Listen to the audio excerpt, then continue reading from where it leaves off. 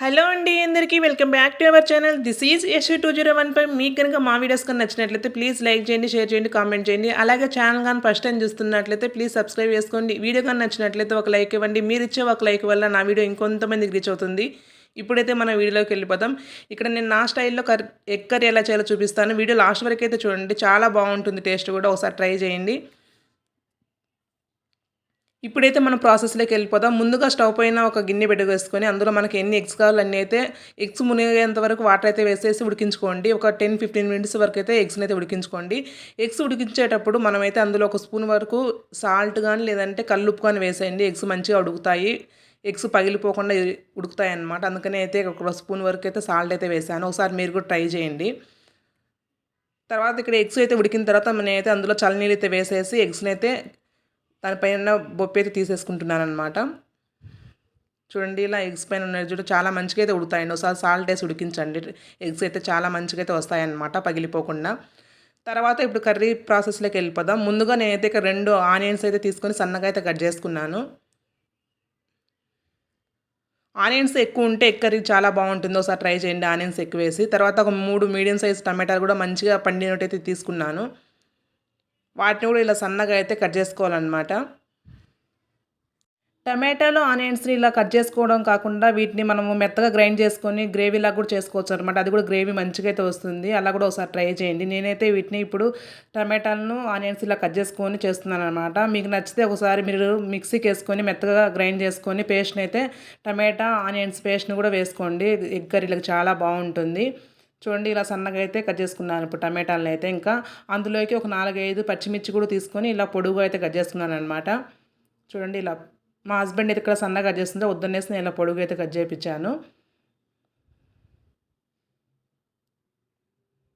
చూడండి, ఇప్పుడు ఆనియన్స్, టమాటా 2 నేను సమానంగా తీసుకున్నాను. ఆనియన్స్ ఎక్కువ ఉంటే ఎగ్ చాలా బాగుంటుంది. ఒకసారి ఆనియన్స్ ఎక్కువ వేసి ట్రై చేయండి, చాలా బాగుంటుంది.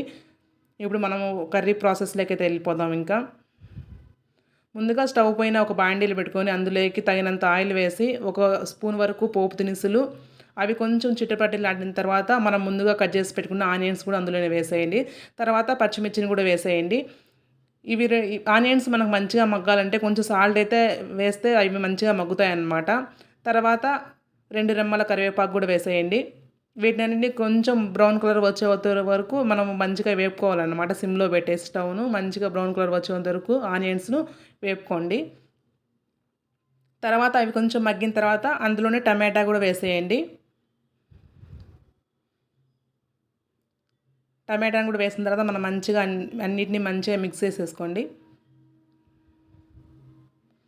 తర్వాత కొంచెం సాల్ట్ అయితే వేయండి. ఇప్పుడు టమాటా, ఆనియన్స్ మంచిగా అయితే మగ్గుతాయి అన్నమాట సాల్ట్ వేయడం వల్ల.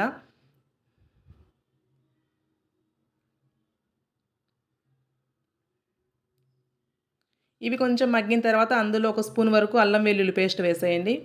చూడండి, మనం అప్పటికప్పుడు ఫ్రెష్గా దంచుకున్న అల్లం వెల్లుల్లి పేస్ట్ అయితే చాలా టేస్ట్ ఉంటుందండి కర్రీస్లోకి.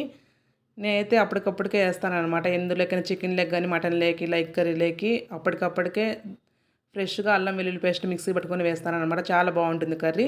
తర్వాత అందులోకి ఒక చిన్న స్పూన్ వరకు పసుపు పొడి వేసేయండి. తర్వాత ఇప్పుడు మసాలా అయితే 2 స్పూన్ల కారం పొడి, నేను టేస్ట్ తగినంత ధనియాల పొడి కూడా వేసేసి వాటన్నిటిని మంచిగా అయితే మిక్స్ చేసుకున్నాను. అవి కొంచెం మగ్గిన తర్వాత అందులోకి మనకు తగినంత వాటర్ అయితే వేసేయండి. చింతపండు ఏం అవసరం లేదు ఇందులోకి. నేనైతే చింతపండు వేయను. ఒకవేళ మీరు కావాలనుకుంటే వేసేసుకోండి చింతపండు. నేనైతే వేయనన్నమాట. చూడండి, వీటినైతే ఇప్పుడు మనము మంచిగా ఒక 10-15 మినిట్స్ అయితే ఉడికించుకుందాం. చూడండి, ఇప్పుడు మనకు మంచిగా టమాటా, ఆనియన్స్ మంచిగా అయితే ఉడికిపోయాయి. ఇప్పుడు అందులోకి ఒక స్పూన్ వరకు గరం మసాలా వేయండి. గరం మసాలా వేస్తే కర్రీ చాలా టేస్ట్గా ఉంటుంది. కంపల్సరీ గరం మసాలా అయితే వేయండి. గరం మసాలా వేసిన తర్వాత ఒక 1 మినిట్ అలా ఉంచేసి తర్వాత ముందుగా మనం ఉడికించుకున్న ఎగ్స్ని అయితే అందులోనే వేసేయండి. ఎగ్స్ని అయితే మనము ముందుగా ఆయిల్లో కొంచెం సాల్టు, కారము, పసుపు వేసి కొంచెం అలా ఫ్రై చేసి అయితే వేసుకోండి, చాలా టేస్ట్ ఉంటుంది. మా పిల్లలు ఆయిల్లో ఫ్రై చేస్తే తినరనేసి నేనైతే డైరెక్ట్ వేస్తున్నాను అనమాట ఇక్కడ ఎగ్స్ అయితే. మీరు ఒకసారి ఆయిల్లో నేను చెప్పిన విధంగా ట్రై చేయండి. చాలా బావుంటుంది కర్రీ కూడా. ఇక్కడైతే నేను ఇంకా టమాటా, ఆనియన్స్ మంచిగా మగ్గిన తర్వాత అందులో అయితే నేను ఉడికించున్న ఎగ్స్‌నైతే వేసేసాననమాట. ఎగ్స్ ఏసిన తర్వాత ఒక 5 మినిట్స్ వరకైతే మంచిగా అయితే మనం సిమ్‌లో పెట్టుకొనేసి కర్రీని అయితే ఉడికించుకుందాం. చూడండి.